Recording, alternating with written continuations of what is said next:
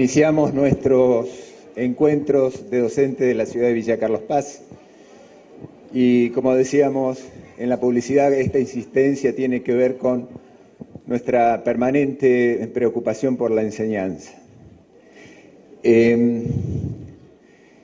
Queríamos iniciar agradeciendo la presencia de representantes de distintas instituciones, la Municipalidad de Villa Carlos Paz, en este año especialmente con la presencia del presidente del Consejo de Representantes, el licenciado Walter Gisper. Tenemos aquí también con nosotros, nos acompaña en esta mesa de presentación de Flavia, a la profesora Isabel Dutra, secretaria de Educación de la Municipalidad. Ellos, como representantes de esta institución de Carlos Paz, siempre han acompañado esta iniciativa de las escuelas, de los docentes, de los directivos de nuestra ciudad. Tenemos una resolución de parte del Consejo de Representantes por el cual resuelve adherir al 7º encuentro de docentes de Villa Carlos Paz a realizarse el 7 de noviembre de 2012 en Villa Carlos Paz. Nos acompañan con esta adhesión y también está una resolución de una declaración de interés municipal, en donde, considerando los objetivos que tiene este encuentro, ligado a aportar elementos para comprender la complejidad de los rasgos de la experiencia escolar contemporánea, favorecer un análisis de saberes docentes y buscar herramientas que visibilicen los procesos y fenómenos que tienen lugar en las escuelas hoy, el intendente municipal decreta declarar de interés municipal el 7º encuentro de docentes de Villa Carlos Paz, a llevarse a cabo el próximo 7 de noviembre, organizado por el Instituto de Formación Docente del IES y comisión organizadora integrada por escuelas y supervisoras de gestión pública, privada, oficial de nuestra ciudad. Artículo 2. Dar la bienvenida a esta ciudad de Villa Carlos Paz a la licenciada Flavia Terilli, quien tendrá a cargo la disertación en el marco del encuentro descrito en el artículo anterior. Le damos entre todos la bienvenida a Flavia. Bienvenida. Sí. Queremos agradecer también a nuestra cooperativa integral. Esta institución incondicionalmente nos ha acompañado en forma permanente en toda iniciativa que tenga que ver con la educación, así que queremos hacer un agradecimiento especial y por su auspicio permanente. También un agradecimiento a las distintas instituciones que colaboran y permanentemente posibilitan la realización de este encuentro. Un encuentro que realmente es sostenido a partir de estos niveles de participación que tenemos, de los cuales estamos muy agradecidos. Queremos agradecer la presencia también de la profesora Sandra Martinelli, que es perteneciente al programa de fortalecimiento, asesora pedagógica del Ministerio de Educación, nos acompaña en este momento. También la profesora Ana Fernández, exdirectora de nivel inicial y primario del Ministerio de Educación en la provincia de Córdoba. Contamos también aquí con la presencia de la profesora Silvina Petinato, presidenta de la sede Córdoba de una ONG, UNADENI, Unión Nacional de Asociaciones de Educadores del Nivel Inicial, nos están acompañando en este momento, muy agradecidos. Y por supuesto agradecido a cada uno de ustedes, ¿no es cierto? Como les decía, realmente son los que hacen posible este encuentro con su participación. Bueno, nos acompañan en este momento la secretaria de Educación, Isabel Dutra. Muy buenas tardes, presidente del Consejo de Representantes, autoridades de escuelas, de instituciones, representante de la provincia, licenciada Flavia Terilli, profesores, docentes. En primer lugar, quiero disculpar al señor intendente municipal que no ha podido estar presente por una superposición de su agenda. Ustedes creo que saben que está en la provincia de Buenos Aires.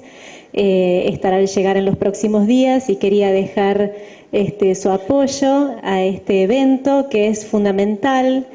Creemos desde el Ejecutivo que apoyar este tipo de eventos donde se reflexione sobre la tarea educativa es sumamente importante.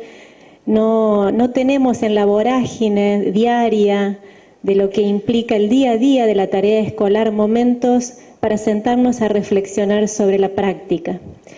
Y hoy en un tema nada fácil, hablar sobre los saberes, poner en el plano del lenguaje de qué saberes estamos hablando y cuáles son los necesarios para la práctica educativa, para trabajar en el aula. Yo creo que los cambios a los que estamos enfrentados día a día, los docentes, nos deparan nuevos desafíos y poner el foco desde una mirada de un otro nos permite reflexionar, pararnos, ponernos a pensar y hacer una mirada introspectiva sobre cada institución y sobre el lugar que nos toca ocupar. Así que felicitamos esta gestión y que por mucho tiempo más se sostenga y que podamos replicarlas más veces al año, tal vez, para que podamos tener estas instancias reflexivas. Muchísimas gracias. Flavia, y le damos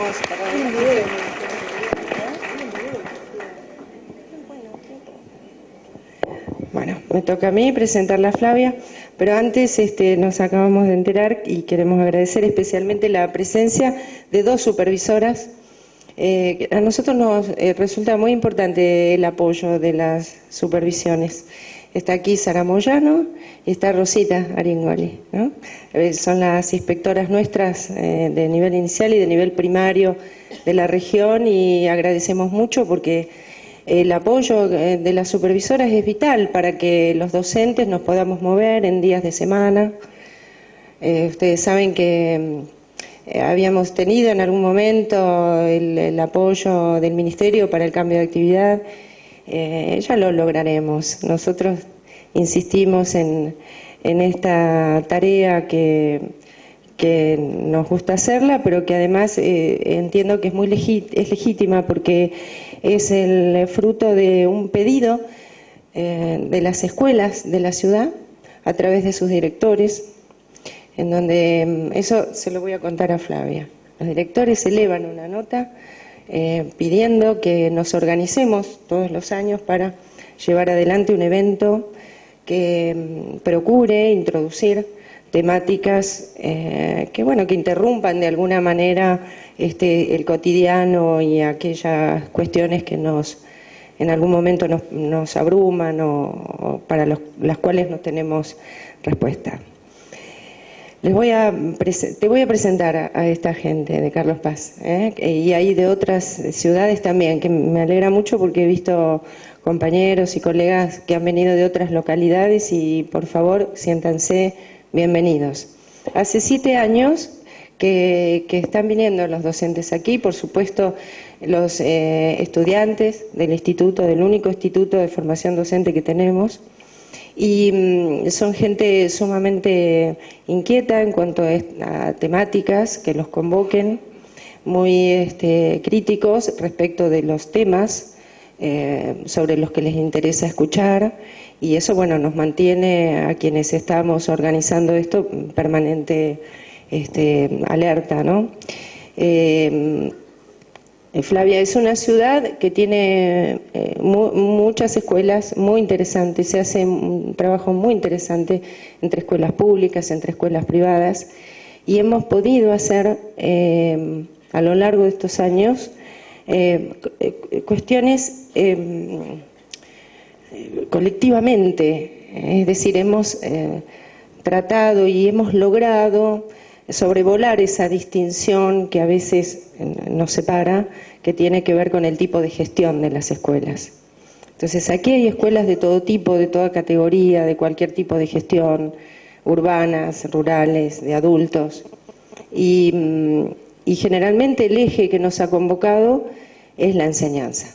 Tiene que ver con cuestiones vinculadas a nuestra tarea, que es la tarea que nos conmueve cada día. Y ahora les voy a presentar yo a Flavia. Muchos de ustedes seguramente que la conocen, en las escuelas es rarísimo que no haya algún texto de Flavia Terilli, ¿verdad? Pero voy a repasar brevemente algunas cosas porque la trayectoria académica de Flavia es realmente enorme. Pero ella es maestra de enseñanza primaria, es licenciada en educación, obtuvo su maestría en educación en Flaxo, y el tema de su maestría es un tema interesantísimo que tiene que ver con la enseñanza en las escuelas rurales. Y también está haciendo su tesis de doctorado que tiene que ver con los aprendizajes, ¿no?, en las escuelas rurales. Pero además se desempeña ya hace varios años como titular de la Cátedra de Psicología Genética en la UBA, y en la Universidad General Sarmiento tiene 2 cátedras, creo, vinculadas a aprendizaje y a psicología educacional. Lo que más me gusta a mí de Flavia es su compromiso inclaudicable con la formación docente, porque nunca ha dejado de dar clase en el Normal 7, donde tiene también, formando maestros, varias cátedras. Los campos en los que Flavia ha tributado, bueno, en general en el campo pedagógico, pero tiene que ver con estudios sobre el currículum. Dudo que haya mejores trabajos que los que ha hecho Flavia sobre el currículum en la Argentina. Y últimamente viene trabajando sobre los saberes docentes y sobre cómo se trabaja en las escuelas rurales, cómo se enseña y cómo se aprende. Particularmente, y si ustedes me permiten, esta es una apreciación absolutamente personal, yo dudo que esta república pueda prescindir, ¿no?, de los trabajos de Flavia, cuyos respaldos empíricos son, bueno, qué decirles. Ella es una gran investigadora, es decir, lo que dice, lo dice porque tiene un respaldo en todo su trabajo investigativo. Entonces decía que difícilmente este país pueda prescindir en el campo pedagógico y en la formación docente del trabajo de Flavia. Es para nosotros un orgullo, ¿no? Ustedes saben que es un orgullo que Flavia haya venido con una actitud de absoluta generosidad, porque su agenda es terrible, ¿cómo decirle? Es muy difícil lograr un tiempo para que se venga hasta Córdoba. Hace unos días vino de España, ahora se tiene que volver a ir, trabaja mucho, y bueno, por eso es que disfrutamos de los trabajos de Flavia. Así que un aplauso y bienvenida, Flavia. ¿No será mucho, almirante? ¿No será mucho? Sí, me quiero acá atrás. Vale. Gracias, Isabel, muchas gracias. Bueno, buenas tardes. No sabía que el país estaba pensando prescindir de mí, pero está bueno que se lo aclaremos. No prescindan de mí, por favor. Bueno, buenas tardes, en serio ahora. Gracias a todos y muy en particular a quienes organizan el 7º encuentro de docentes de Villa Carlos Paz. Sé que es un encuentro que está muy extendido y que ha venido gente de otras localidades, inclusive gente de la ciudad de Córdoba, así que muy agradecida a todos por el esfuerzo que han hecho para estar aquí. Yo tengo que empezar con una cuestión operativa concreta por las dudas que acontezca la siguiente dificultad. Llevo una semana, llegué de España hace una semana y estuve toda la semana con un virus, entonces podría llegar a suceder que dentro de un ratito me quede 5 minutos sin voz. Si eso sucede, no sé, viene otro y canta, digamos, pero si me quedo sin voz, tengan paciencia, no se vayan huyendo, ya buscaremos el modo de que las cosas se puedan encaminar. Por eso hemos pensado también organizarnos así: un primer rato de exposición, después un corte que les permita a ustedes salir, airearse un poquito a mí recuperar la voz, después seguir adelante con la exposición y sobre el final, por supuesto, abrir un espacio para sus comentarios, sus preguntas o sus aportes. No, está bien, gracias, sí. Sí. Yo sé que muchos de ustedes ya han tenido alguna ocasión de encuentro conmigo, porque Córdoba es una provincia a la que justamente este año vine varias veces. Nunca había estado en condición de conferencista en esta ciudad, así que muy contenta de estar aquí y muy agradecida a la hospitalidad que han tenido para conmigo desde ayer que llegué, para estar seguros de que no iba a haber ningún problema de vuelos ni de nada por el estilo. Voy a centrar mi exposición, y como decía recién Diana, en uno de los temas sobre los cuales vengo trabajando últimamente, que tiene que ver con nuestros saberes, con los saberes de quienes nos desempeñamos en la docencia, cualquiera sea nuestra especialización o nivel educativo en el que trabajemos. Y voy a comenzar las reflexiones que voy a hacer aquí tratando de plantear tres problemas. Estos problemas no son exhaustivos, no pretendo decir que estos son los tres problemas que afectan hoy día al trabajo docente, sería una reducción, pero sí son tres problemas que a mí me interesa plantearles, porque forman el marco desde el cual yo reflexiono sobre algunas cosas y traigo los aportes que voy a tratar de poner aquí. Un primer problema tiene que ver con reconocer que nos encontramos en un contexto de actuación profesional que es difícil. Yo no sé si alguna vez hubo un contexto fácil. Yo no me atrevería a decir que en la docencia hubo alguna edad de oro en la cual ser docente era indiscutido y trabajar en el sistema educativo era algo que nadie cuestionaría. Hay toda una literatura que dice esto, pero también hay toda una literatura que recoge desde hace muchísimas décadas, inclusive estoy hablando del fin del siglo XIX, visiones críticas respecto del trabajo docente, visiones críticas de los propios docentes y visiones críticas de quienes hacían lecturas o análisis del trabajo de maestros y profesores. Pero sí parece cierto que tal vez en el marco de una circulación pública de la palabra acerca de lo educativo, en el marco de unos debates que tienen lugar no solamente en nuestro país, sino en muchísimos países de la región acerca del estado de cosas en educación, nos encontramos en un contexto que podríamos caracterizar como difícil con sus particularidades. A mí me sirve mucho para caracterizar ese contexto este párrafo que puse en pantalla, que es de un pedagogo portugués, Antonio Noboa, que hoy día es el rector de la Universidad de Lisboa, pero que es muy conocido por quienes trabajamos en formación docente porque se ocupa de temas vinculados con la docencia y su formación. Antonio Noboa escribía hace poco más de 10 años y para el contexto portugués, él decía, por una parte, los profesores son observados con desconfianza, acusados de ser profesionales mediocres y de tener una formación deficiente. Por otra, son bombardeados con una retórica cada vez más abundante que los considera elementos esenciales para la mejora de la calidad de la enseñanza y para el progreso social y cultural. Y esto lo decía Noboa para Portugal en particular y para el contexto europeo en general, y no es nada ajeno a nosotros, que estamos en otro continente, en otra realidad regional. Podemos reconocer esta especie de doble mirada que tiene por un lado una fuerte crítica a la docencia como profesión y por otro lado mucha expectativa puesta en la educación en general y en particular en el trabajo que podamos hacer maestros y profesores para mejorar la calidad de la enseñanza y para mejorar las condiciones de vida de los chicos, de las chicas, sobre la base del cumplimiento de sus derechos educativos. Este es un contexto que tiene enormes tensiones, O sea, esta situación por la cual, por un lado, se espera mucho de la educación y sus docentes y por otro lado se es muy crítico con la educación y con sus docentes, es un contexto bastante difícil.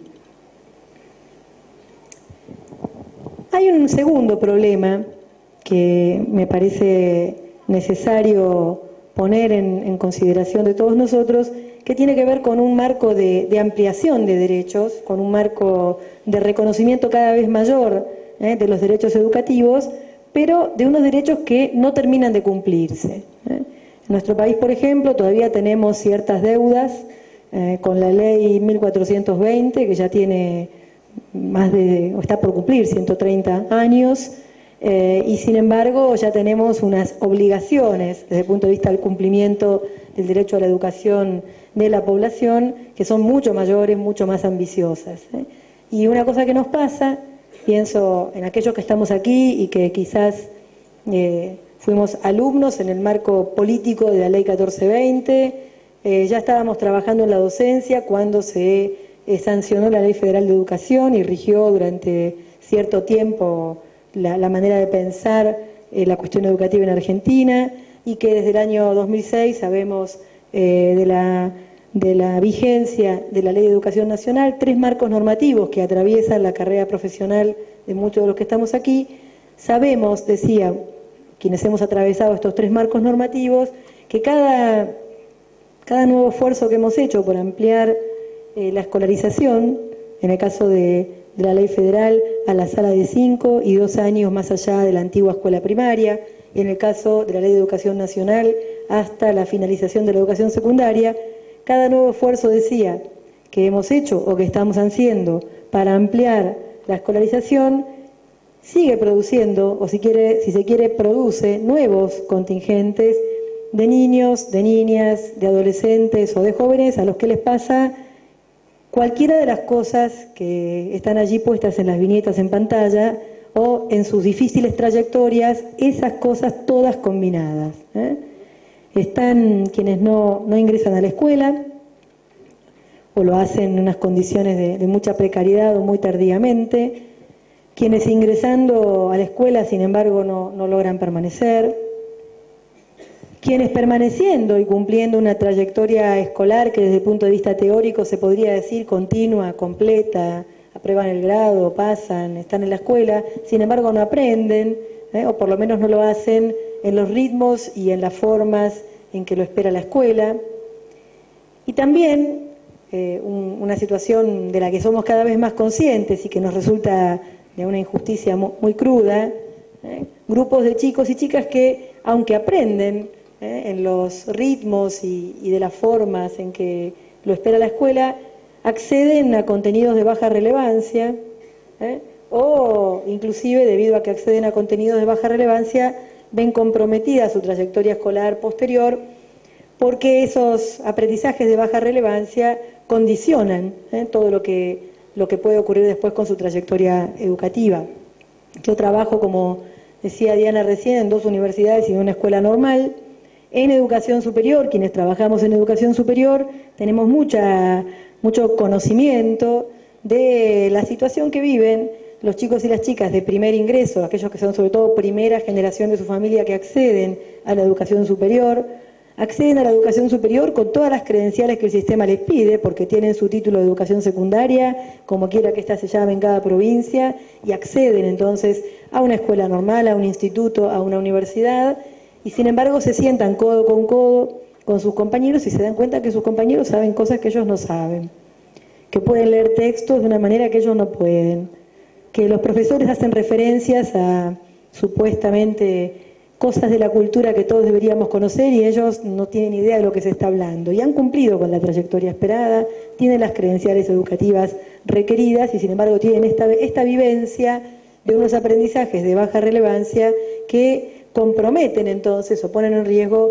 sus aprendizajes ulteriores. Yo lo puntúo para la educación superior porque es el nivel en el que estoy trabajando más recientemente, pero esto se puede vivir en los primeros años de la escuela secundaria y prácticamente en el inicio de cualquier tramo de la escolaridad. No estoy hablando de algo de lo que ustedes no tengan seguramente conocimiento o experiencia. Así que estamos, por un lado, ampliando el reconocimiento de los derechos educativos de la población, pero por otro lado, en la medida en que ampliamos el reconocimiento de estos derechos educativos, estamos teniendo dificultades para que estos derechos se cumplan. Y las dificultades ya no son solamente si los chicos están o no están en la escuela, sino que las dificultades también son si estando en la escuela logran aprender y si aprendiendo lo que la escuela les enseña, eso que aprenden tiene la relevancia que debe tener para su recorrido escolar posterior. Y un tercer problema, les decía que eran 3 los problemas que quería plantear. Un tercer problema recoge en el título una frase que ustedes han escuchado, quizás hasta la han dicho, no nos prepararon para esto, no nos prepararon para esto, dicen muchos maestros y maestras, no nos prepararon para esto, dicen muchos profesores, muchos formadores, muchos docentes universitarios, mucha gente en el sistema educativo dice, no nos prepararon para esto, y yo vengo listando, detrás de la frase, no nos prepararon para esto, cómo se tipifica el esto para el que no nos han preparado, y aparece una lista que al principio era muy cortita y que de a poco ha ido creciendo y que reúne algunas de las situaciones que aparecen en las viñetas que yo vengo recogiendo de mi trabajo, digamos, de debate y de exploración de problemas con colegas que trabajan en el sistema escolar. Leo algunas de las cosas que dice la viñeta. Dice: niños, niñas y sobre todo púberes, multirepitentes, con sobredad, alumnos desatentos, que no se concentran, inconstantes, alumnos que trabajan, alumnos migrantes, inclusive un matiz, alumnos migrantes con lengua materna distinta que el español, no sería lo mismo desde el punto de vista de quienes dicen no nos prepararon para esto, niños y adolescentes en situación de adicción, niños y adolescentes en conflicto con la ley, niños y niñas que padecen abuso y violencia familiares, niños y niñas violentos en la escuela, chicos que crecen sin apoyo familiar, chicos en situación de calle, chicos con discapacidades específicas, chicos con trastornos emocionales, y la lista podría seguir. Cuando uno mira la lista y la analiza con algún cuidado, puede seguir o bien incrementándola o bien empezar a hacerse una pregunta, porque pareciera que no nos prepararon para mucho. Y si no nos prepararon para mucho, algo anda mal en esta institución que llamamos escuela, algo anda mal en nuestro saber profesional, y es ahí donde yo sitúo justamente el tipo de reflexiones que vengo a compartir con ustedes. Repasando entonces 3 problemas: un contexto de cuestionamiento a la tarea docente y de expectativas sobre esta tarea, un contexto de ampliación de derechos que sin embargo no logra dar cumplimiento pleno a esos derechos, y un contexto de desconcierto frente a unas realidades en las cuales pareciera que no logramos reconocer en los chicos, en las chicas que asisten a la escuela, ese alumno esperado, aquel para el cual nos habrían formado. Gracias, Diana.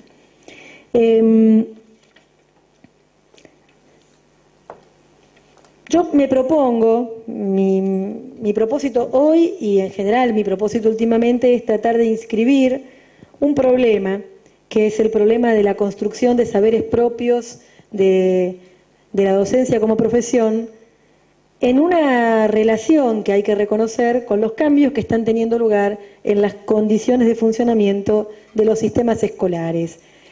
Hay algo de cierto en este malestar que expresa el no nos prepararon para esto, que es que hay unas condiciones de cambio, en el funcionamiento de los sistemas escolares, hay algo de verdadero allí, y hay entonces un cierto desajuste, si se quiere, entre el saber profesional que históricamente ha ido acumulando la docencia como profesión y aquel que se requeriría para manejarse en estos nuevos contextos. Entonces yo voy a empezar a trabajar sobre los 3 problemas señalados. Sobre el último lo voy a hacer de manera más exhaustiva y los otros los voy trayendo a consideración a medida que vaya justamente refiriéndome al primero, con la intención, insisto, de tratar de entender por qué pasa esto que pasa con el saber profesional de nosotros como docentes. ¿Se acuerdan de este listado de recién? Un colega con el cual hubo inclusive el intento de que se pudiera compartir este evento y él luego no pudo participar, no pudo asistir, un colega, Ricardo Vaquero, frente a listas como esta dice que estas listas en el fondo son el resultado de una falacia a la que él le puso nombre, la falacia de abstracción de la situación, Ustedes saben que una falacia es un razonamiento que tiene un problema en su modo de construcción, digamos, te conduce a una conclusión que es inadecuada, pero porque el razonamiento, perdón, está mal construido, ¿no? ¿Qué sería lo mal construido? No nos prepararon para esto, dice Ricardo. Bueno, esto que se llama la abstracción de la situación. Hay algo ahí que está abstraído, hay algo ahí que está excluido de la reflexión, que es justamente lo que él llama la situación. Y lo leo en sus términos. Él dice: como si pudieran delimitarse las posibilidades de ser educado, las posibilidades de que todos estos chicos sean educados, como si pudieran delimitarse las posibilidades de ser educado, esto es, de aprender y desarrollarse de un sujeto, sobre la base exclusiva de sus supuestos atributos personales.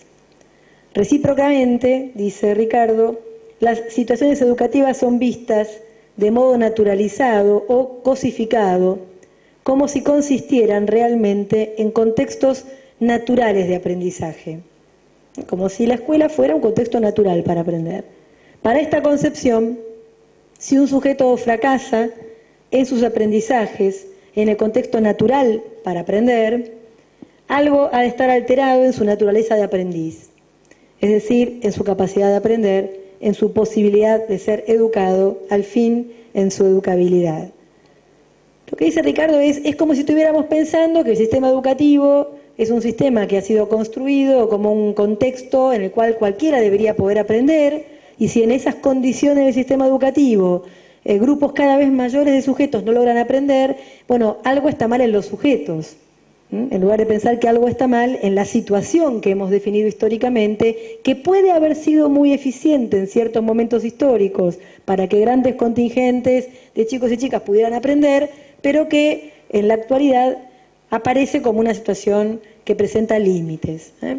Digo que puede haber sido eficaz alguna vez porque todos los que estamos aquí, y abarco con eso desde los estudiantes de profesorado, a quienes mencionaba Diana al principio, hasta quienes tenemos altas responsabilidades en la universidad, en la función pública, en la supervisión escolar, en la conducción de las escuelas, todos los que estamos aquí, nos demos cuenta o no, somos en alguna medida, y disculpen la expresión un poco tosca, los exitosos del sistema.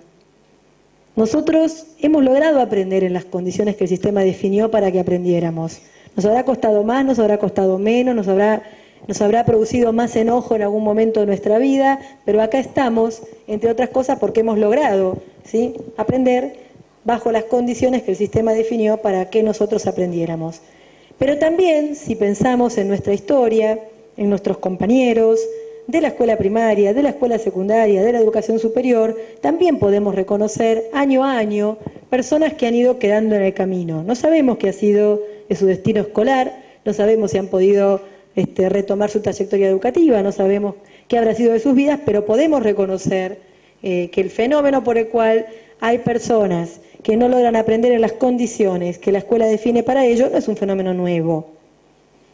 Puede que se presente como nuevo para aquellos para quienes la trayectoria escolar se ha cumplido en unas condiciones muy extrañas y, por cierto, muy privilegiadas. Pero para la mayor parte de nosotros hay reconocimiento de que siempre ha habido grupos de chicos y de chicas que han tenido dificultades específicas para cumplir con los aprendizajes que la escuela esperaba. Nosotros hoy miramos eso en un contexto de derechos y decimos, bueno, acá hay algo de la escuela que tiene que ser revisado para que los derechos educativos que las leyes reconocen puedan efectivamente cumplirse. Yo pienso que la revisión de la escuela tiene un montón de dimensiones que no se agotan de ninguna manera en lo que yo voy a plantear acá, pero que tienen que considerar la cuestión específica del saber pedagógico, que es de lo que yo voy a hablar, porque si no considera de manera específica la cuestión del saber pedagógico, es posible que estemos en condiciones, en situaciones, en momentos, como puede ser eventualmente el que se vive en los últimos años, de una mayor disponibilidad de recursos para educación, de un mayor reconocimiento de derechos educativos, hasta de, no sé, iniciativas de política educativa que dan cierto aire a los proyectos escolares orientados a la inclusión de la población que históricamente ha tenido dificultades para incluirse en la escuela, y sin embargo es posible que las experiencias sigan siendo fallidas. Hay algo de las condiciones que tiene que ser analizado, eso no lo quiero omitir, pero hay algo del saber pedagógico que también tiene que ser analizado, porque de lo contrario pueden estar dadas ciertas condiciones y sin embargo no lograrse aquello que tenemos como meta para nuestros proyectos de creciente incorporación de los chicos y chicas a la escuela, de mejores aprendizajes, de mayor relevancia de la escuela para su vida futura, etcétera. Para poder empezar a desarmar esta falacia de la que habla Ricardo, para poder empezar a mirar más profundamente un componente de esta falacia, que es nuestro propio saber pedagógico, es que yo quiero empezar a reflexionar aquí sobre algunos supuestos de la escolarización. Cuando digo supuestos, son cosas que la están sosteniendo y que solo la reflexión y el análisis pedagógico están contribuyendo a sacar a la luz. De lo contrario, en algún sentido, los docentes somos como peces en el agua. No te das cuenta que el agua está allí, te das cuenta si te falta o te das cuenta si hay un esfuerzo específico para mirar en qué medio te estás moviendo. Bueno, nosotros nos movemos en un medio que es la escolarización, que tenemos totalmente naturalizado y que últimamente, afortunadamente, ha sido objeto de ciertos análisis que nos permiten dejar de naturalizarlo y empezar a mirarlo con un sentido crítico, empezar a preguntarnos sobre este medio y sobre alguna de sus características. Yo puse 4 supuestos en pantalla, se podría proponer otros más, a mí me parece que estos 4 son suficientes para la discusión que queremos dar aquí.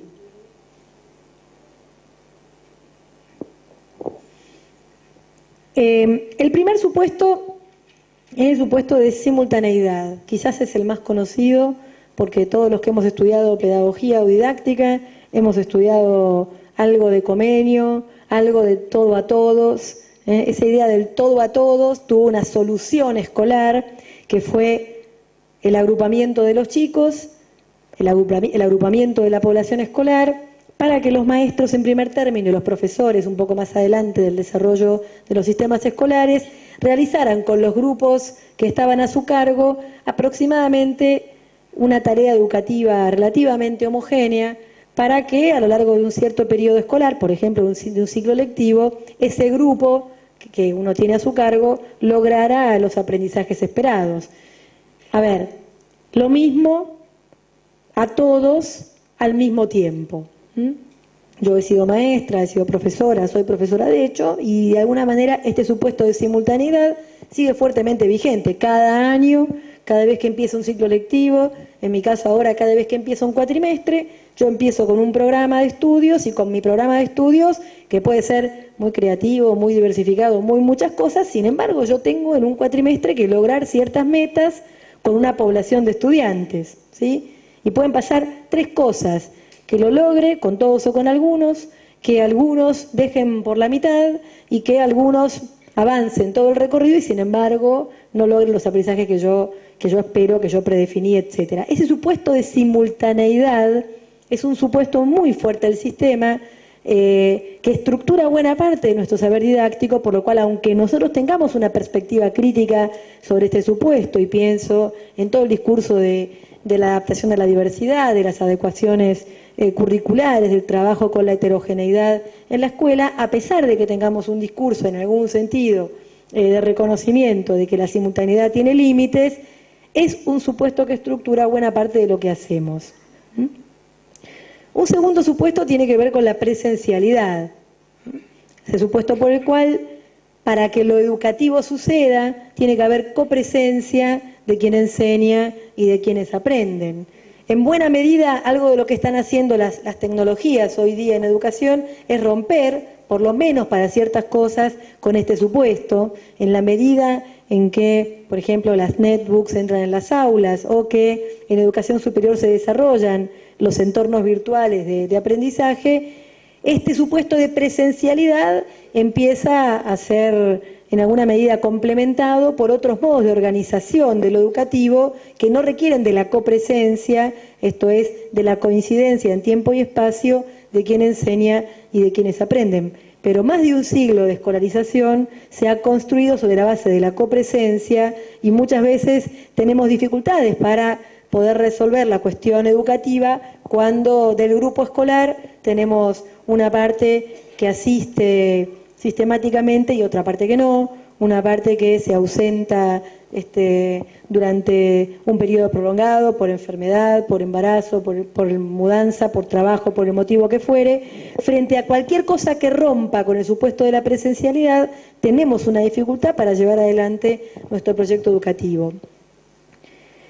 Un tercer rasgo tiene que ver con lo que muchos autores llaman la descontextualización. Este es un rasgo específicamente escolar, muy propio del modo de funcionamiento del saber en la escuela, que tiene que ver con el hecho de que en la escuela se enseñan saberes, prácticas, manejo de herramientas, de instrumentos, etcétera, que en su enorme mayoría han sido producidos fuera de la escuela y tienen sentido fuera de la escuela. Y la escuela lo que hace es presentarse como un contexto específico, como un contexto en el cual estos saberes, prácticas, instrumentos, herramientas producidos fuera de la escuela son incorporados a la escuela, adaptados para su funcionamiento dentro de la escuela, en un contexto muy distinto de aquel en el cual el saber o las herramientas o los instrumentos, etcétera, funcionan fuera de la escuela. ¿Por qué subrayo este supuesto de descontextualización? Porque en él descansa buena parte de la lucha de la didáctica. Piensen en aquellos de ustedes que han estudiado o se especializan en cuestiones de didáctica de matemáticas, ¿se acordarán? Toda la discusión que ha tenido lugar en los últimos 10, 12 años acerca de la importancia de la utilización de los problemas en matemática como una situación para producir conceptos matemáticos y discutir la función tradicional de los problemas en la enseñanza de la matemática, que es la enseñanza que experimentamos la mayor parte de los que estamos aquí como alumnos, una enseñanza en la cual los problemas aparecían más como campo de aplicación de los conceptos matemáticos que como campo de construcción de conceptos matemáticos. Ese cambio en el lugar del problema respecto del saber matemático y de su trabajo en el aula es un cambio que tiene que ver con intentar atenuar de alguna manera el efecto descontextualizador. ¿Por qué? Porque el efecto descontextualizador producía, y vale para la matemática como para otros conocimientos escolares, que el conocimiento transmitido en la escuela apareciera en la escuela y funcionara dentro de la escuela desprovisto del sentido que tiene fuera de la escuela. Entonces, cuando uno lee, no sé, en las investigaciones en ciencias naturales, la sorpresa de muchos investigadores que dicen, entrevistamos a sujetos que habían tenido ocasión de aprender tales y cuales contenidos, y sin embargo, entrevistados sobre tales y cuales contenidos, seguían manteniendo conocimientos que eran más propios de quien no había pasado por la experiencia escolar de aprendizaje. Esa sorpresa se entiende un poquito mejor si uno analiza el movimiento descontextualizador que tiene la escuela, que es inevitable, ¿sí? Acá estamos nosotros hablando de la escuela y no estamos en la escuela. Estamos produciendo una situación que tiene algunos rasgos escolares, sí, pero esto no es la escuela. Y los saberes de los que yo estoy hablando aquí no están mostrados en su contexto de producción, están mostrados en un contexto de transmisión. La escuela funciona así. El problema es cuando, por funcionar así, la transmisión de saberes que se produce se desvincula completamente del sentido que el saber tiene afuera de la escuela. Y entonces, personas que hemos sido exitosas en la escuela, salimos de la escuela y no tenemos la menor idea de cómo utilizar el conocimiento aprendido para casi ninguna cosa de la realidad con la cual nos tengamos que enfrentar. Y el cuarto supuesto sobre el cual me detendría es un supuesto que analicé mucho a propósito justamente de las dificultades que experimentan muchos chicos y chicas para aprender en la escuela, que es lo que podemos llamar el cronosistema escolar. El cronosistema, como su nombre lo indica, es un sistema organizador del tiempo. La escuela, cuando digo la escuela, por favor no entiendan la escuela de cada uno, sino la escuela como institución, la escolarización como una vasta invención que como humanidad nos hemos dado para hacer algo del orden de lo educativo. La escuela tiene un sistema de organización del tiempo. Por ejemplo, un sistema que establece edades teóricas para ir a la escuela, un sistema que establece periodos del año para ir a la escuela, duraciones de la jornada escolar, ¿sí?, que segmenta el ciclo lectivo en periodos en los cuales hay que acreditar ciertos aprendizajes. Todos esos arreglos que la escuela como dispositivo tiene respecto del tiempo son arreglos que tienen una enorme influencia en la experiencia de fracaso de muchos chicos y chicas. Yo trabajo mucho, más de uno de ustedes me habrá escuchado hablar alguna vez del famoso problema de la sobreedad, ¿sí? Y siempre que tengo que hablar de la sobreedad, siempre pongo el sobre entre paréntesis, ¿no? Cuando lo escribo pongo sobre entre paréntesis edad, para decir algo, y vuelvo para atrás, para decir algo que tiene que ver con lo que plantea Ricardo, ¿sí? Voy a lo que quiero decir y vuelvo al ejemplo. ¿Por qué sobre edad con el sobre entre paréntesis? Porque, como muchos de ustedes saben, ninguna persona, nadie tiene sobreedad. Nadie tiene sobreedad. Lo que uno tiene es edad.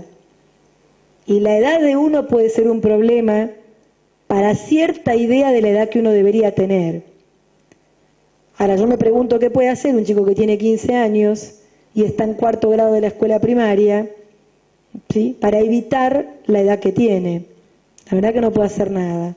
El sujeto no puede hacer nada. Ahora, cuando uno piensa que por ese supuesto atributo personal, que no es la sobredad, ¿sí?, que es la edad, y que en todo caso es la edad en relación con una expectativa de la escuela, cuando uno piensa que por ese supuesto atributo personal el sujeto tiene limitadas sus posibilidades de aprender, bueno, ahí lo que está haciendo es la construcción de un destino de fracaso, digamos, respecto del cual el sujeto no tiene nada para hacer. Porque vuelvo a decir, el sujeto no puede hacer nada con su edad, no es como el sobrepeso, ¿sí?, que uno puede hacer algunas cosas con el sobrepeso. Con la sobredad no puede hacer nada, salvo irse a la escuela de adultos o irse de la escuela, ¿sí?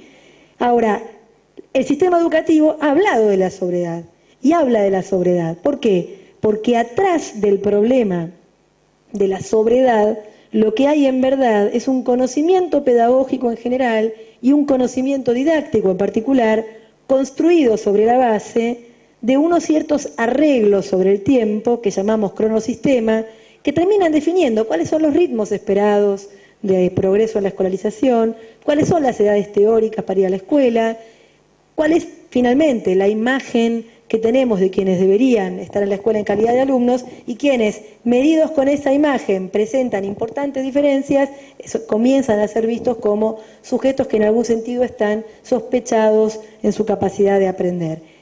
¿Tiene alguno de nosotros, alguno de los que estamos aquí, culpa de que esto suceda? Por supuesto que no.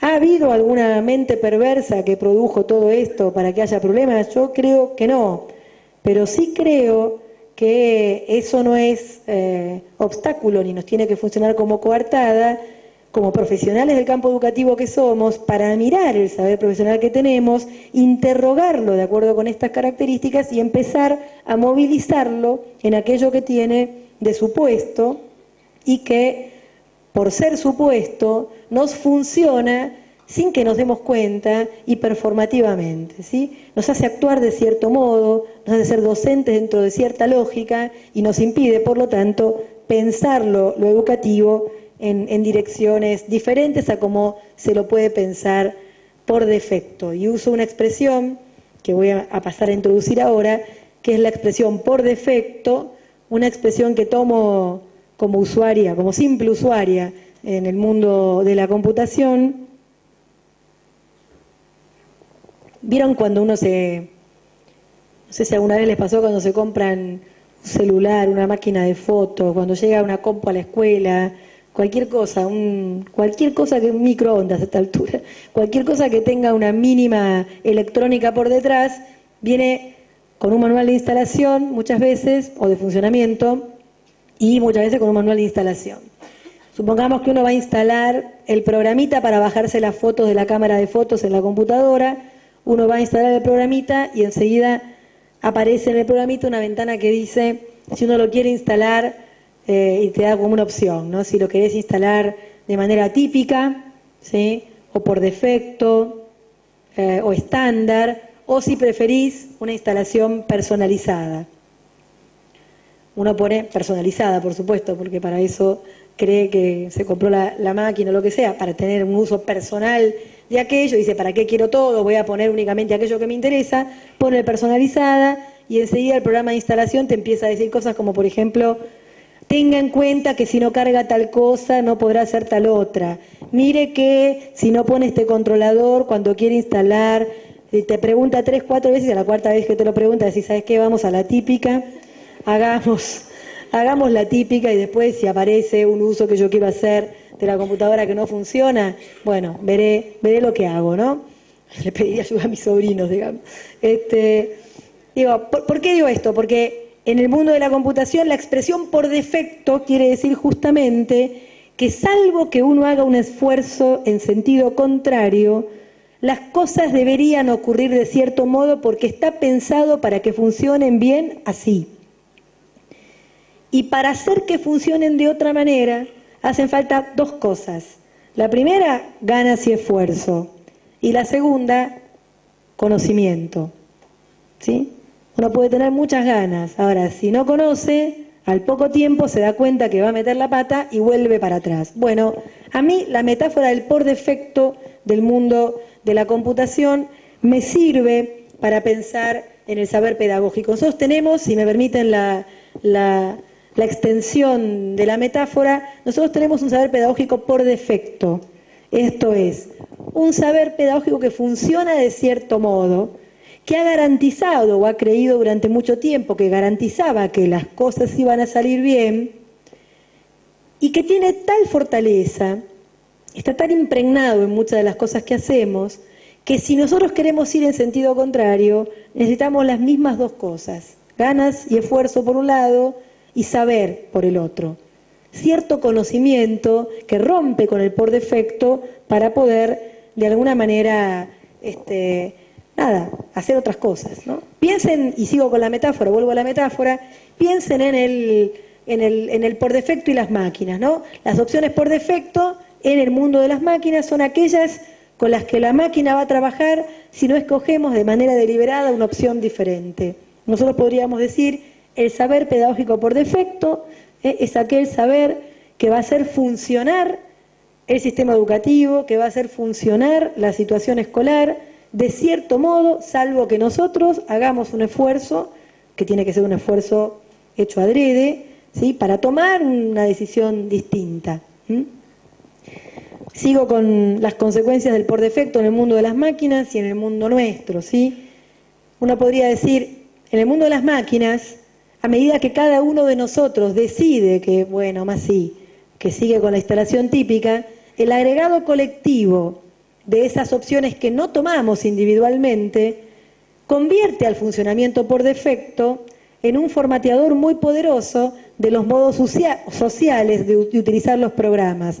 Y voy, por ejemplo, aquellos que tengan cierta experiencia reciente con esto, voy, por ejemplo, a lo que pasa con las redes sociales. Quienes estudian las redes sociales estudian cuáles son los usos que los usuarios hacen de las redes sociales y van fortaleciendo los usos que se van estandarizando o que se van masificando y eliminando los usos que nadie usa o que usa muy poca gente. ¿Por qué? Porque es mucho más económico sostener los usos de mucha gente que los usos de alguna gente particular que te requiere seguir revisando que el sistema funcione, que no tenga, que no se cuelgue, que no tenga problemas, que no llegue a puntos muertos, etcétera. Bueno, de alguna manera las opciones que vamos tomando van formateando los usos sociales de los programas, ¿sí? Uno podría decir, con el saber pedagógico pasa exactamente lo mismo. Nos hace docentes en una cierta lógica, nosotros trabajamos en esa lógica y a medida que trabajamos en esa lógica contribuimos a fortalecerla.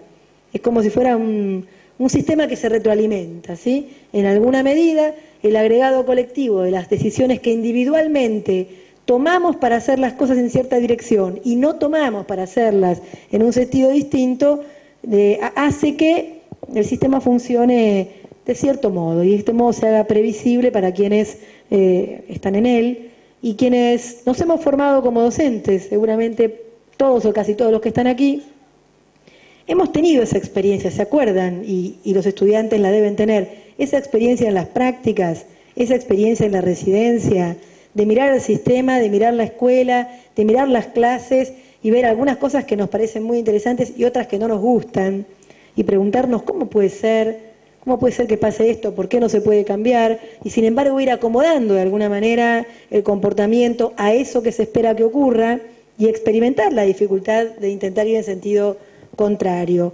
Esto que yo digo no es para descorazonar a nadie, sino para tratar de entender cómo funciona el sistema, porque si uno no entiende cómo funciona es muy difícil cambiarlo.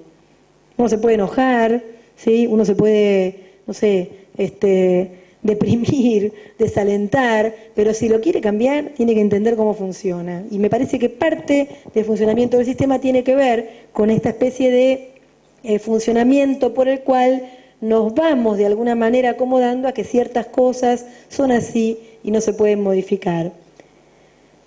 La tercera consecuencia del por defecto, a mí me parece muy interesante, me la sugirió un colega del equipo de investigación que estaba muy interesado en explorar esta metáfora. Él me decía, mirá, hay una cosa que pasa con las máquinas, que es que vos podés tener la máquina más poderosa, ¿sí? Pero sin embargo, si vos la formateás para que tenga el funcionamiento estándar, vos no le vas a sacar a la máquina el provecho que tiene. Quiero decir, vos te podés comprar una super máquina, la más nueva que existe en el mercado, la más poderosa, rápida y veloz, pero si después decidís que instalás todos los programas de manera estándar, la máquina va a funcionar exactamente igual que si tuvieras comprado una máquina 5 veces más barata y mucho más sencilla en su manejo. Y la imagen me sirvió para preguntarme, a ver, ¿y qué tendrá nuestra máquina, ¿no? ¿Qué capacidades tendrá el sistema?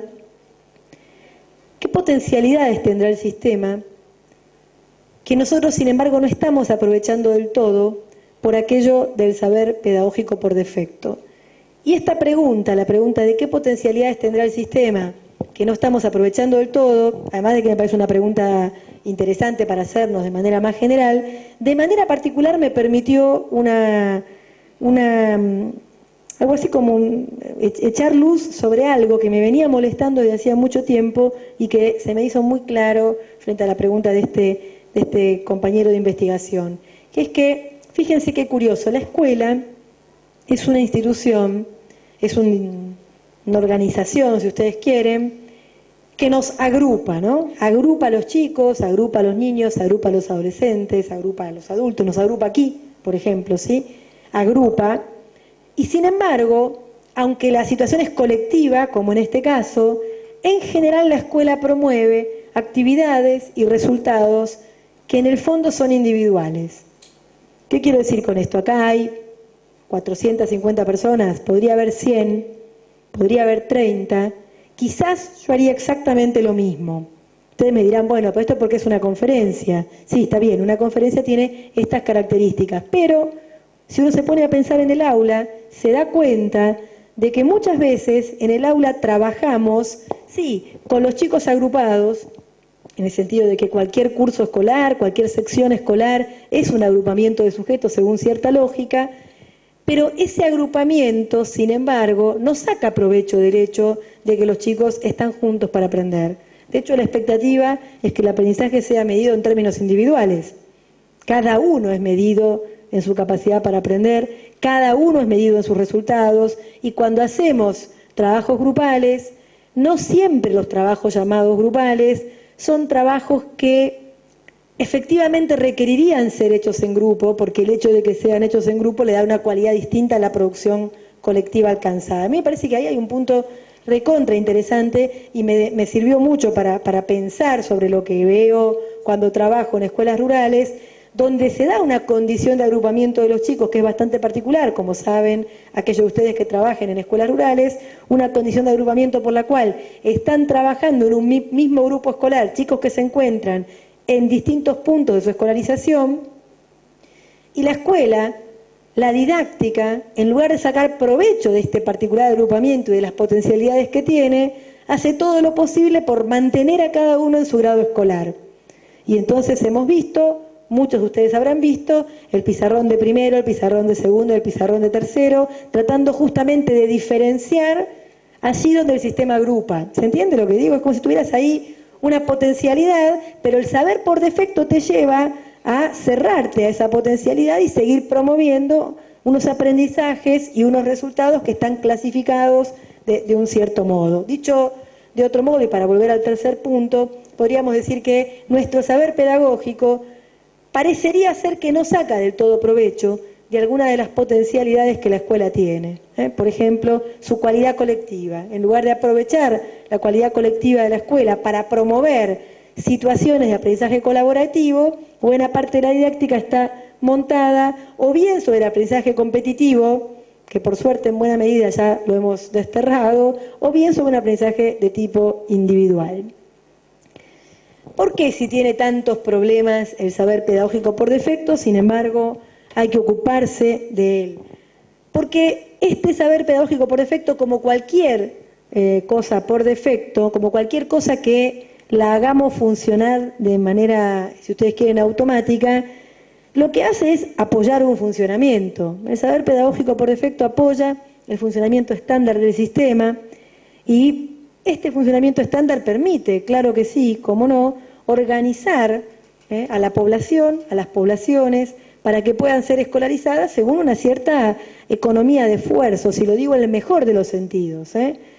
Algunos ejemplos del saber pedagógico por defecto, que en las aulas deben reunirse muchas personas para aprender lo mismo en situaciones que promueven actividades y resultados individuales. Esto es lo que hace cada uno de nosotros cuando piensa el ciclo lectivo, cuando piensa el año escolar. Piensa que tiene que trabajar con un grupo en el aula y que todos tienen que aprender, por lo menos en cierto plazo, lo mismo, ¿sí? Y en un contexto que en un punto tiene que promover actividades y resultados individuales porque la evaluación sigue siendo de cada uno. Las expectativas, otro ejemplo, las expectativas que tenemos sobre lo que es o debería ser el alumno típico de un cierto grado escolar, de un año escolar o de un nivel educativo. La idea con la cual estamos cada vez más descorazonados, pero es una idea que ha sostenido, por ejemplo, nuestras planificaciones cuando aprendíamos a ser docentes, la idea de que secuencias unificadas de enseñanza generan o deberían generar aprendizajes relativamente similares en alumnos de un mismo grupo, ¿sí? Y la perplejidad cuando esto no sucede, ¿sí? ¿Por qué algunos sí y otros no? ¿Por qué la secuencia no funciona? Y una característica ya muy discutida, afortunadamente, una característica de nuestro saber pedagógico, que es aquella según la cual cuando un sujeto se retrasa demasiado en la cronología prevista para el aprendizaje escolar, lo que tiene que hacer es repetir, recursar, esto es volver al inicio de la cronología prevista. Fíjense que la palabra que hemos inventado es repetir, ¿sí? Repetir es volver a hacer lo mismo, no es hagamos otra cosa, es repitamos. Y la verdad que, salvo que estemos pensando, pero esto es lo que pensó durante mucho tiempo el saber pedagógico por defecto, que si le damos un poco más de tiempo va a madurar, va a ocurrir algo de otro orden que no tiene que ver con la escuela y que tiene que ver con cambios en el sujeto, salvo que realmente creamos esto, no hay ninguna razón para pensar que repitiendo algo que no funcionó por segunda vez sí va a funcionar. Y sin embargo esa es la lógica de la repitencia, ¿sí? Hoy la cuestionamos, vuelvo a decir, la cuestionamos, lo considero afortunado, durante mucho tiempo funcionó, durante mucho tiempo estuvo legitimada, podíamos darnos cuenta de que tenía algo de sinsentido, pero bueno, el sistema funcionaba así. El problema lo tenemos en la actualidad porque el sistema parece ya, insisto, tropezarse con sus propios límites si quiere seguir funcionando así. Todo lo que está subyaciendo a los problemas que yo trato de plantear, todo lo que está subyaciendo se relaciona entonces, como vengo tratando de decir, con nuestro saber pedagógico. Un saber que lo podemos remontar tan lejos como queramos, si quieren Comenio, Herbart, lo que tengan ganas, pero que no cabe duda que desde fines del siglo XIX y con la progresiva extensión del sistema institucional que llamamos escuelas, con esa progresiva extensión, decía, ese saber pedagógico se ha ido consolidando, se ha ido normalizando, se ha ido codificando, de tal manera que hoy constituye el corazón de nuestro saber profesional. Hay cosas que nosotros sabemos, que ni nos damos cuenta de que las sabemos, que forman parte de una codificación de un saber profesional que venimos compartiendo los docentes desde hace muchísimo tiempo. Eso que yo llamo saber pedagógico por defecto, resulta que se estructuró entre fines del siglo XIX y comienzos del siglo XX, por eso dice allí que el saber pedagógico por defecto resulta de la estructuración del conocimiento profesional de quienes estamos aquí, pero una estructuración que ocurrió hace mucho tiempo, allá sobre fines del siglo XIX, comienzo del siglo XX, para el tipo de sistema educativo que se diseñó justamente a fines del siglo XIX. Por eso lo que pongo allí, para el sistema educativo decimonónico. Y que tiene, y ahora sí ya saliendo de los ejemplos y sistematizando un poco más las ideas que están por detrás, que tiene 4 componentes principales. Por un lado, lo que podemos llamar una perspectiva monocrónica del aprendizaje. Otra vez, volvemos al tema del tiempo. La monocronía supone un tiempo que es el mismo.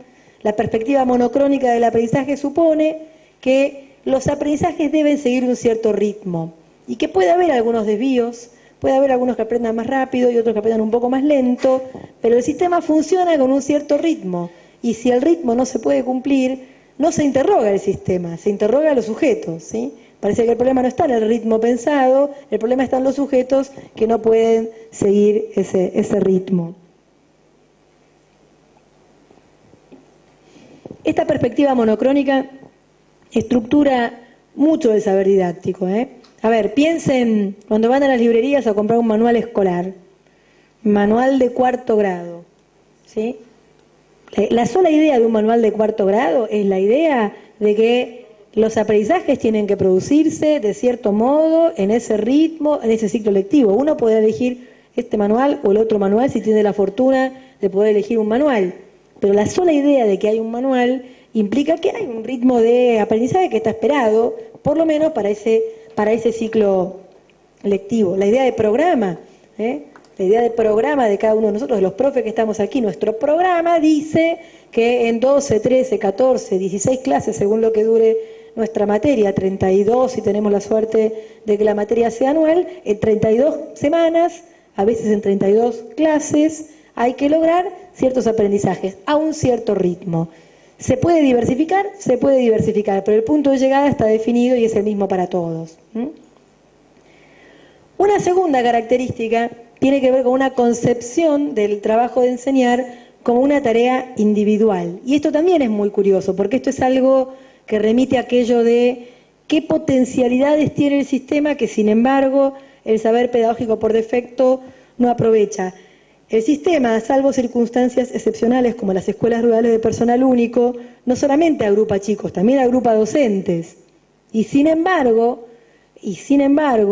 la concepción de enseñar es una concepción de enseñar, es una didáctica que está fundada en una idea de la enseñanza como una tarea individual. Piensen en la renovación didáctica que ha tenido lugar en los últimos años. Sigue siendo una renovación acerca de cómo un docente, a cargo de un grupo de alumnos, hace de otro modo la tarea de enseñar para que puedan aprender ciertas cosas de cierta manera. Pero no está pensada la didáctica tal y como se difunde en el campo profesional que llamamos de conocimiento didáctico. La didáctica no se difunde pensando que el trabajo entre colegas es un trabajo colaborativo. Puede haber trabajo colaborativo, pero no es en el momento de la enseñanza. La tarea de enseñar es una tarea que está pensada como una tarea de carácter individual. Si alguno de ustedes ha tenido oportunidad de leer trabajos de Perla Selmanovich, por ejemplo, que escribe cosas muy interesantes sobre el trabajo en lo que ella llama el desamparo, digamos, o las situaciones que viven muchos chicos y chicas que se encuentran de alguna manera en desamparo, como lo llama Perla. Habrán visto que Perla propone, y lo toma de otros autores, la idea de la práctica entre varios, ¿no? La práctica entre varios es una idea según la cual el trabajo que tiene que hacer la institución escolar para retener a los chicos y para que los chicos logren aprender en la escuela, no es la suma de la acción individual de cada uno de nosotros. Es una práctica entre varios, pero para que esa práctica entre varios se instituya, tienen que pasar unas cuantas cosas. Una de ellas tiene que ver con dejar de concebir el propio trabajo como un trabajo individual. Muchos de nosotros no concebimos el propio trabajo como un trabajo individual, pero todavía la enseñanza sigue siendo el reducto del trabajo individual. Y ninguno de los que está aquí, ninguno de nosotros, es el resultado de la actuación individual de docentes individuales. Estamos aquí como resultado de la actuación de un sistema que en cuanto tal ha hecho que muchos docentes hicieran las cosas de cierto modo. Bueno, acá tenemos una potencialidad del sistema. El sistema no solamente agrupa chicos o agrupa alumnos, también agrupa docentes, y hay una potencialidad que este tiene que todavía tenemos que explorar, por lo menos en lo que tiene que ver con la enseñanza. Hay experiencias como las de las parejas pedagógicas famosas, las cátedras compartidas, etcétera, que de alguna manera abonan algo de esto, pero muchas veces terminan traducidas en un puro reparto de responsabilidades. Vos te ocupas de esto, yo me ocupo del otro, lo que sigue siendo la suma de un trabajo individual. Tal cual, dicen por acá, sí, efectivamente, así es. No estoy con esto diciendo, y espero que sí esto esté siendo claro, si no, no está de más que lo diga, no estoy con esto diciendo que muchos de ustedes puedan tener en las escuelas en las que trabajan, con los colegas con los que trabajan, experiencias que de alguna manera están rompiendo con alguna de las cuestiones del por defecto que estamos marcando. Pero lo que estoy diciendo es que lograr hacer eso requiere trabajo, requiere esfuerzo, requiere ganas y requiere saber.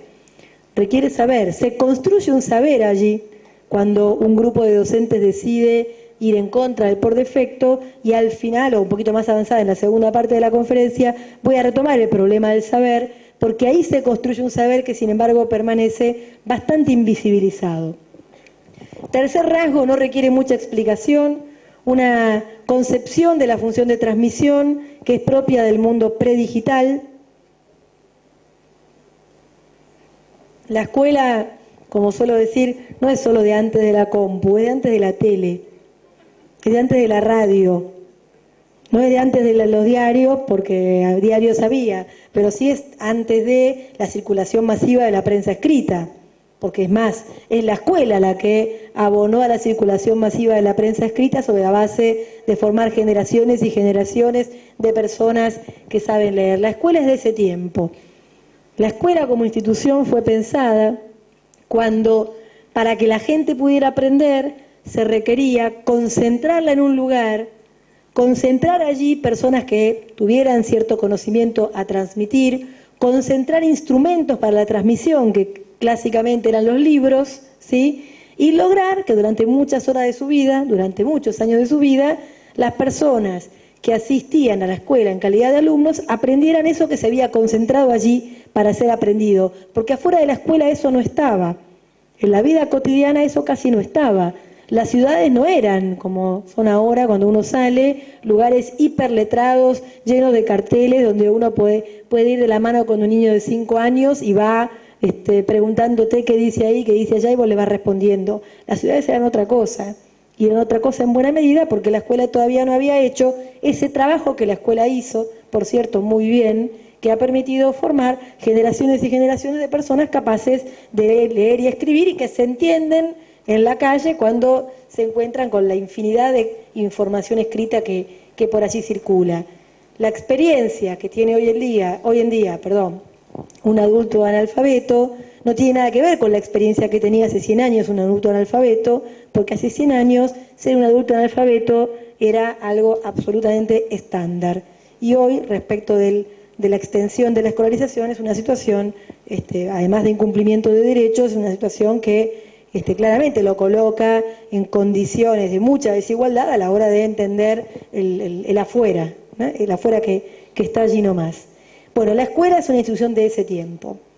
Entonces, frente a la transformación en los modos en que circula y se produce la información, frente a la transformación en las herramientas con las que contamos para la transmisión de la información, la escuela padece cierto desconcierto. Ayer Anoche conversábamos con Rubén justamente sobre el tema de las tecnologías y la escuela, y yo pensaba esta cuestión de, bueno, ¿qué podemos hacer los que tenemos el saber pedagógico por defecto con las tecnologías? Muchas veces lo único que hacemos, es lo que yo estoy haciendo aquí, es incorporar tecnología al modo clásico de transmisión. No es que porque acá hay una netbook está cambiando el modo de transmisión, es el mismo. Solo que yo no traje una lámina, solo que no escribí del pizarrón, solo que esto me permite ordenar mejor el discurso y estar haciendo un esfuerzo un poco menor. Yo no estoy aprovechando para ponernos online para ver algo que pasa en otro lado, o para pasarles un video que encontré, que me parece que muestra una X cosa, o para chatear con Inés Dussel, que está en México, y decirle qué puede aportar a la pregunta que uno de ustedes hace. ¿Se podría hacer? Se podría hacer. ¿Lo hago? No lo hago. ¿Lo haré? Tampoco. ¿Por qué? Bueno, por muchas razones. Una de las cuales es que para poder incorporar los medios digitales con toda su potencialidad al trabajo clásico de transmisión, hay que construir saber específico. No es un problema de que te den la netbook. Acá está la netbook y no cambia nada de la transmisión, ¿sí? Es otra cosa lo que hay que hacer, y esa otra cosa tiene que ver con la transformación del saber pedagógico por defecto sobre la base de la construcción de nuevo saber. Y un cuarto rasgo en el que me quiero detener un poquitito tiene que ver con la sectorialidad de nuestro conocimiento profesional. ¿Qué quiere decir esto? Quiere decir que nosotros tenemos un conocimiento profesional muy especializado. Los docentes tenemos un saber que nos es propio, aunque nos sintamos muy distintos, los de primaria con los de inicial con los de secundaria, los de matemática con los de educación física y los de educación física con los de música, aunque entre nosotros parezca que hay unas tribus muy distintas, nosotros somos un colectivo profesional con un saber que le es propio y hemos sido formados, nuestro saber profesional ha sido constituido y nos ha sido transmitido con un rasgo de fuerte sectorialidad. Esto es un saber que funciona para trabajar en marcos escolares. Hay otros profesionales que tienen un saber construido de otro modo. Pienso, por ejemplo, los trabajadores sociales, los psicólogos, los abogados, podría decir, aunque algunos puedan discutir el ejemplo, los médicos. ¿Por qué? Porque la definición del trabajo supone que todo el tiempo van a estar trabajando con profesionales de otros ámbitos, ¿sí? El abogado tiene que poder trabajar con la asistente social, con el juez con el abogado, con el director de escuela, etcétera, etcétera.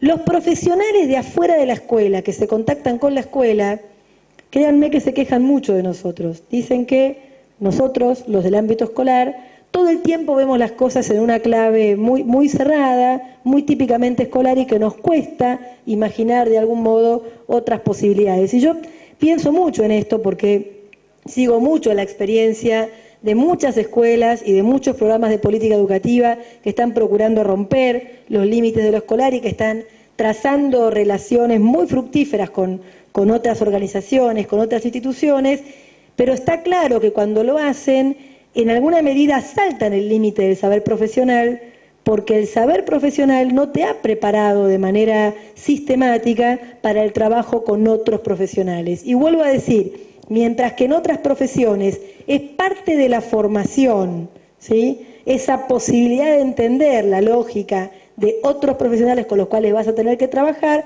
en la docencia no es parte de la formación. Y si no, díganme en qué parte del plan de estudios, por lo menos hasta hace relativamente poco tiempo atrás, había algo que nos enseñara a movernos en algún contexto que no fuera la propia escuela, y con unos profesionales que pudieran no ser, como nosotros, maestros o profesores. Este rasgo de sectorialidad que tiene de bueno la especialización, tiene de malo que le dificulta a la escuela el contacto con otras instituciones y organizaciones con las cuales necesita entrar en contacto si espera producir algo del orden de, bueno, una ruptura del saber pedagógico. ¿Se acuerdan que acá les ponía en primer lugar como un rasgo típico la perspectiva monocrónica del aprendizaje? Me voy a detener un poquitito en ella para hacer una reflexión sobre por qué es tan pregnante esto que llamamos el aprendizaje monocrónico, por qué es tan difícil de romper, por qué nos cuesta tanto pensar otra manera de organizar la enseñanza. Para eso, muy rápidamente, voy a ir directo aquí, necesito trabajar sobre dos conceptos que es importante diferenciar, porque nuestro saber profesional está colocado abajo, en donde dice modelo pedagógico, y lo que está colocado arriba, donde dice modelo organizacional, son cosas que no tienen que ver con nuestro saber pedagógico, tienen que ver con los modos en que la organización escolar promueve los agrupamientos, los tiempos, los espacios, etc. Cuando uno habla, y voy arriba, de modelo organizacional, está hablando de ciertas restricciones que pone la organización escolar, que no define la didáctica, que no define quién enseña. Quien enseña no define si trabaja bajo la forma del aula estándar o bajo la forma del plurigrado. Eso es algo que define la organización. La clase particular, el grado de aceleración, las escuelas no graduadas y muchos otros ejemplos que uno podría poner, el pluricurso, puedo hacer una lista muy amplia, son ejemplos de cambios en el modo de organizar la situación escolar. La manera típica es lo que llamamos el aula estándar. En el aula estándar, un docente, un maestro, un profesor, tiene a su cargo un grupo de alumnos y de alumnas, agrupado según cierto criterio, la edad, el momento de la escolarización, el criterio que fuere, las materias que tienen aprobadas, lo que fuere, agrupado de cierto modo para llevar adelante una secuencia de enseñanza programada que permite que al final de cierto periodo todos aprendan más o menos lo mismo. Si alguno no aprende, se abre una serie de estrategias remediales y si finalmente no logra aprender, repetirá, recursará o lo que fuere. Eso es el aula estándar. Pero junto con el aula estándar, en el sistema existen algunos desde hace décadas, por ejemplo, el plurigrado rural, y otros más recientemente, por ejemplo, los grados de aceleración. Existen un montón de otros modelos organizacionales donde, si ustedes lo piensan un poquito, la cosa no puede funcionar igual que en el aula estándar. A ver, yo soy profe de secundaria, soy profe de literatura y tengo mi curso de segunda que tiene 35 pibes. Ahora canto. 35 pibes. Y algunos de estos chicos van a clase de apoyo a la tarde y a la tarde son 4. Está claro que no puede funcionar igual la enseñanza cuando son 35 que cuando son 4. El problema lo tenemos cuando comparamos lo de arriba con lo de abajo, porque abajo, lo que dice la pequeña lista de abajo, es que nosotros tenemos desarrollados muchos menos modelos pedagógicos que modelos organizacionales. Y cuando uno tiene desarrollado muchos menos modelos pedagógicos que modelos organizacionales, lo que termina pasando es que extiende un modelo pedagógico típico, que es el modelo pedagógico del aula estándar, a cualquier otro modelo organizacional. ¿Qué quiero decir con esto?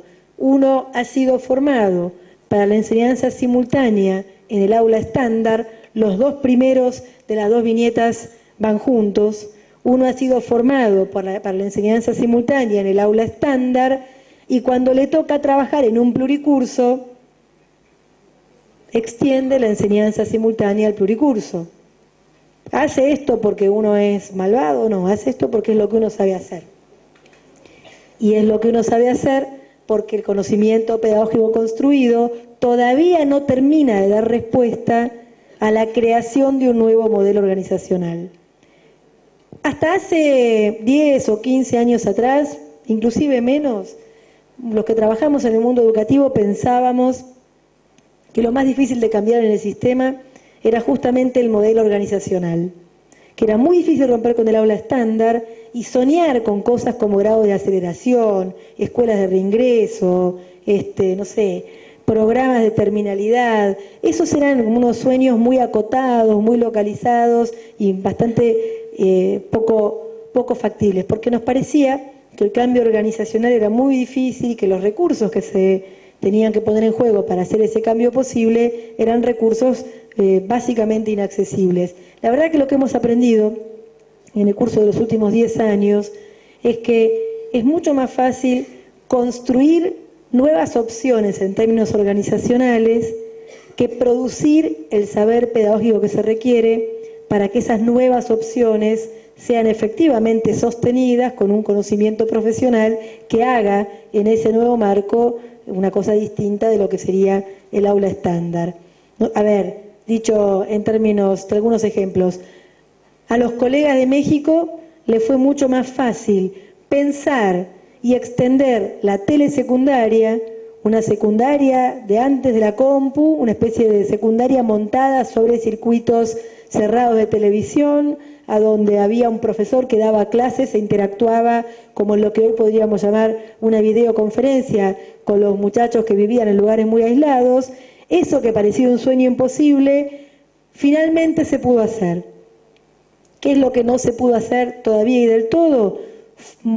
Montar, sobre la base de ese esquema organizacional, un modelo pedagógico que no sea simplemente que el tipo da la clase por la tele exactamente igual que si la diera presencialmente, porque resulta que no está presencialmente, y entonces como no está presencialmente, algo tiene que pasar distinto para que esa situación produzca el aprendizaje que se requiere.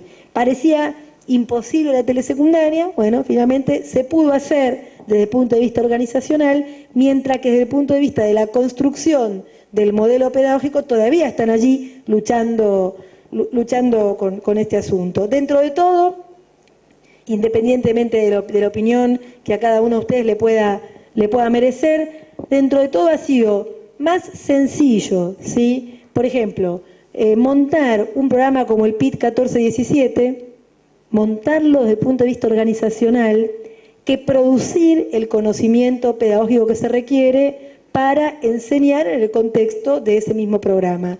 ¿Se puede hacer? Por supuesto que se puede hacer. Lo que trato de decir es, el cambio organizacional no trae consigo el cambio de las prácticas. En algún momento tuvimos esa ilusión, ¿eh? Acuérdense los que trabajaban en los 90 de programas como, por ejemplo, Nueva Escuela.